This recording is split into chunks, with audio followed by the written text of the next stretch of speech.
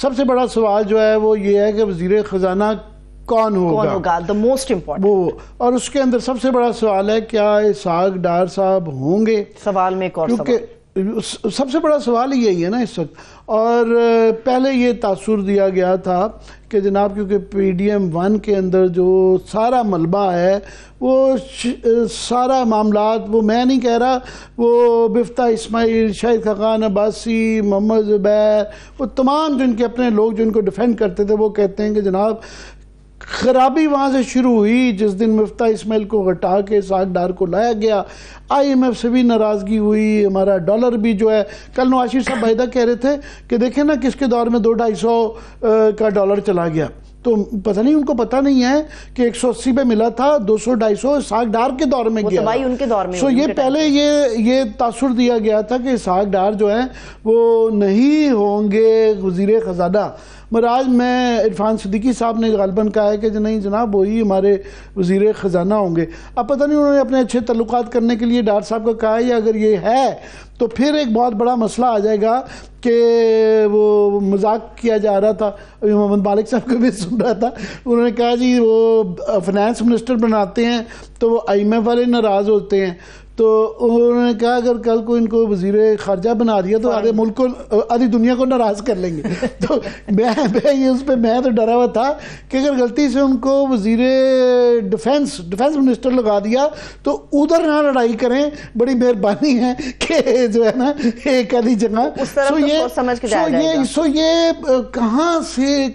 اسحاق ڈار کو کہاں فٹ کرنا ہے؟ اب یہ سب سے بڑا، ان کو فٹ نہ کریں، آپ ان کو فکس کریں کہیں پہ. انہوں نے جو ہے اکانومی وہ فکس نہیں کر سکتے، پارٹی وہ فکس نہیں کر سکتے، گورنمنٹ وہ فکس نہیں کر سکتے، آئی ایم ایف وہ نہیں فکس کرنا ہے، تو ان کو فٹ ہی کرنا ہے نا. ابھی کیونکہ ہماری بات سنیں نا، یہ موروثیت کا ایک پھر انتہا ہے کہ آپ نواز شریف صاحب خود تو وہ مری چلے جائیں گے، بھائی کو اپنے چھوٹے کو وزیر اعظم بنا لیا، بیٹی کو چیف منسٹر بنا لیا، اب سمدھی کو فٹ کرنا بھی ضروری ہے. اب یہ خاندان چلانا ہے، آپ نے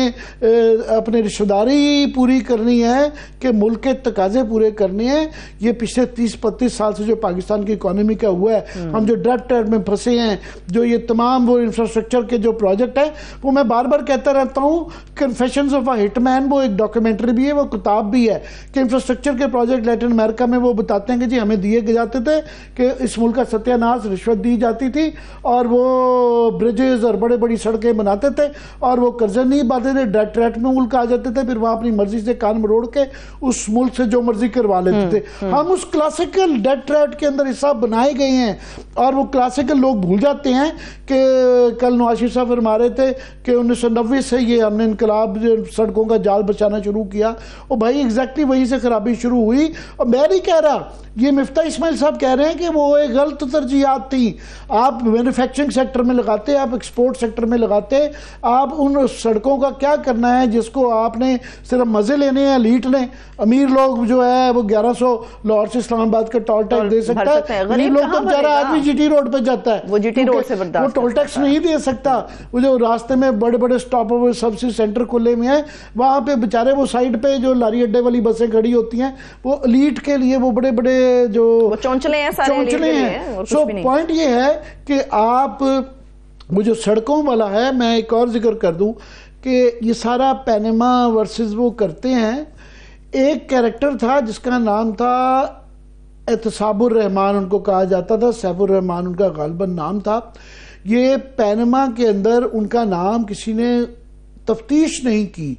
کہ جب یہ سڑک موٹر وے بنائی گئی تھی تو جو یہ ریڈکو ایک کمپنی تھی اس کو ٹھیکے دیے گئے تھے اس کے پارٹس آف دیٹ سڑک اس کو جو بنانے کی. فار ایگزامپل یہ جو کلر کار کے اوپر برج ہے یہ ریڈکو کمپنی نے بنایا تھا. اور بعد میں آپ کو یاد ہے کہ سارا قطری لیٹر تھا، قطری لیٹر کے ذریعے یہ توجیہ پیش کی گئی تھی کہ جو پیسے گئے تھے یہ قطری شہزادہ جو کہ ان کا باس تھا، سیف الرحمان کا باس تھا، اس کے ذریعے یہ فلیٹ خریدے گئے، یہی ان کا ولی تھا. سو بھائی صاحب یہاں تو کلیئرلی جو ہے کہ لنک آتا ہے. تو یہ انفراسٹرکچر جو جس کے ذریعے ہمیں یہ پھنسائے گئے ہیں تو اسحاق ڈار اس کی جڑ ہیں. تو بس کریں یار، اسحاق ڈار صاحب کافی زیادہ سرکمسٹانشل ایویڈنس کیا باقی بھی ہے کہ نہیں پی ڈی ایم 1 میں وہ ایک ہی سوراخ میں کتنی دفعہ ڈسے جائیں گے ہم.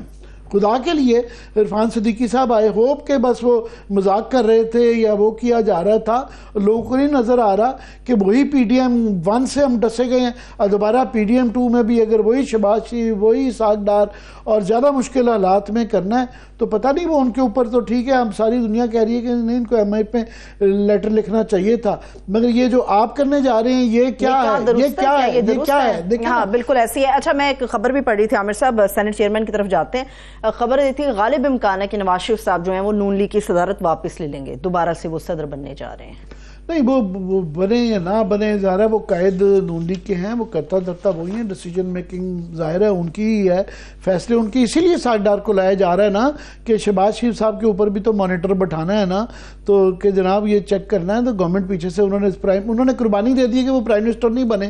تو وہ اب شہباز شریف صاحب کو سارا کچھ تو نہیں نا, تو وہاں پہ بجائے اس کے وہ فون کریں گے کہ جناب پی ایس پی ایم کو مریم بی بی کہیں گی, تو وہاں اپنا بندہ بھی تو ہونا چاہیے نا. ڈائریکٹلی اسحاق ڈار صاحب وہاں پہ اس کے مرضی کے مطابق چلیں گے, خاندان کے اندر رہنا چاہیے, یہ مسئلہ ہے. تو خاندان کے اندر تو سارے عہدے بانٹنے کی کوشش ہو رہی ہے. چیئرمین سینٹ کون ہوگا, میں نام نہیں کسی کا لے رہی, آپ اپنا تجزیہ دیں گے. میں تو دیکھ رہا ہوں کہ حمزہ شہباز شریف صاحب کو کام فٹ کریں گے, اب اس کو یہ اتنی بڑے کہ وہ بھی بٹھا ہوا ہے, اب دیکھیں گے. وہ بیچارے ہمارے درویش بھائی بھی بیٹھے ہوئے ہیں, کیپٹن صفدر صاحب, وہ کہہ رہے ہیں میں صرف ہیلپ کرنے کے لیے, میں پچھلے 33 سال سے انہوں نے وہ جو ہے اپنے سسر کو وہ مانسہرہ میں جو اتنا لے کے گئے تھے, اور وہاں پہ جو جس طریقے سے ان کو روا دیا, پوری ہزارہ بیلٹ جو ہے وہ ان کی پروٹیسٹ میں مطابق باسی صاحب بھی چھوڑ کے چلے گئے, پورا مانسہرہ چھوڑ کے چلا گیا. 3 ٹائم پرائم منسٹر جو ہے ہزارہ بیلٹ میں اپنے ان کے گھر کی سیٹ مانسہرہ کی وہ لے کے چلے گئے تھے وہاں پہ, اب وہ سیٹ اٹکائی بھی ہے, دوبارہ ریکاؤنٹنگ ہوئی ہے, ہار گئے ہیں. ریکاؤنٹنگ وہ جو کروا گئے وہ جس طریقے سے کی جا رہی ہے وہ سب کو نظر آ رہا ہے نا, تو وہ جو ہے اب ٹھیک ہے, دیکھیں وہاں پہ کیا ہوگا. ٹھیک ہے, ابھی میں نام کسی کا نہیں لے رہی, آپ ڈاکٹر صاحب کی گفتگو کر رہے تھے, اچانک سے مجھے یاد ہے چیئرمین سینٹ کا بھی تو معاملہ سامنے ہے, وہاں پہ کون فکس ہوگا, فٹ ہوگا یا فکس ہوگا؟ وہاں پہ اتنا آسان نہیں ہوگا, یہ جو وہاں پہ لوگ اپنے چیئرمین بٹھا کے بیٹھے ہوئے ہیں, وہاں پہ بات سنیں, بڑی وہ کلوز وہاں پہ لڑائی ہوگی. وہاں پہ تقریباً ان کے 17 کے قریب بچتے ہیں, پی ٹی آئی کی سب سے زیادہ, ان کے ریٹائرمنٹ جو ہے سب سے کم ان کے ہوں گے, 17 ان کے بچتے ہیں. پھر ان کے جو حالات ہیں اس کے اندر منیمم جو ہے پنجاب اور اس کے ملا کے میں حساب لگا رہا تھا, منیمم 6-7 جو ہے ان کی بڑے آرام سے وہاں سے, 4-5 ان کی پنجاب سے, تو ان کی 12-13 جو آتی ہیں, تو سب سے بڑی تو 33 کے قریب جو ہیں ان کی جو ہے نا 32 سے لے کے